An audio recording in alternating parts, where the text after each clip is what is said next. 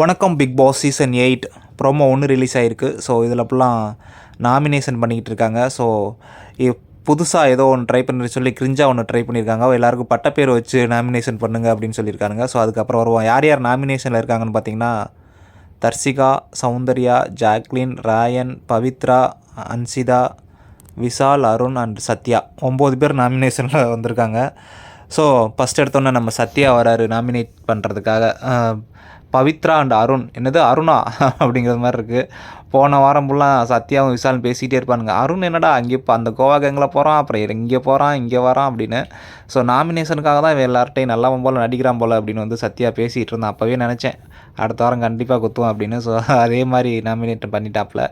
So பவித்ராவுக்கு வந்து poison name கொடுத்துருக்கான். நம்ம அருணுக்கு வந்து ட்விஸ்டர் அப்படின்னு பேர் கொடுத்துருக்கான்.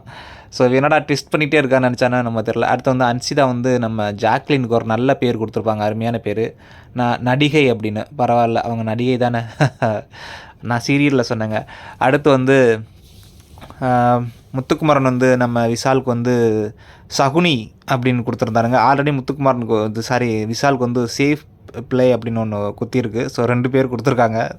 அடுத்து வந்து சௌந்தர்யாவுக்கு வந்து நம்ம தர்ஷிகா வந்து புஷ்வானம் அப்படின்னு கொடுத்துருந்தாங்க.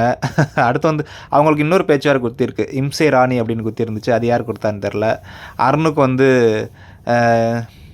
ட்விஸ்டர், அப்புறம் இன்னொரு வந்து காரியவாதி அப்படின்னு வந்து ஜாக்லின் கொடுத்துருப்பாங்கன்னு நினைக்கிறேன். ஆமாம், ஜாக்லின் வந்து காரியவாதின்னு ஒன்று குத்திருந்துச்சு.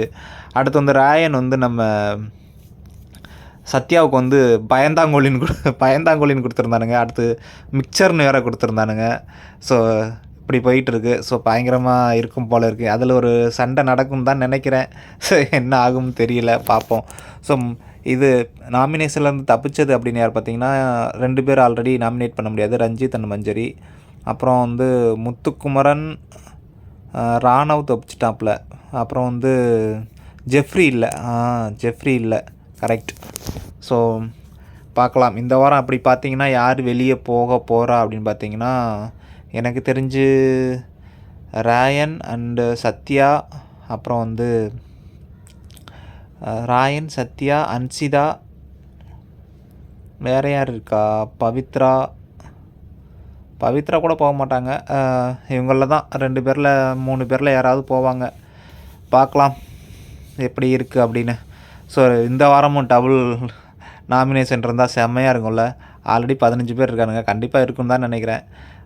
பார்ப்போம் என்ன பண்ணி வச்சுருக்கானுங்க, என்ன பண்ண போகிறானுங்க அப்படின்னு. இந்த வாரம் கேமை பொறுத்து தான் இருக்குது.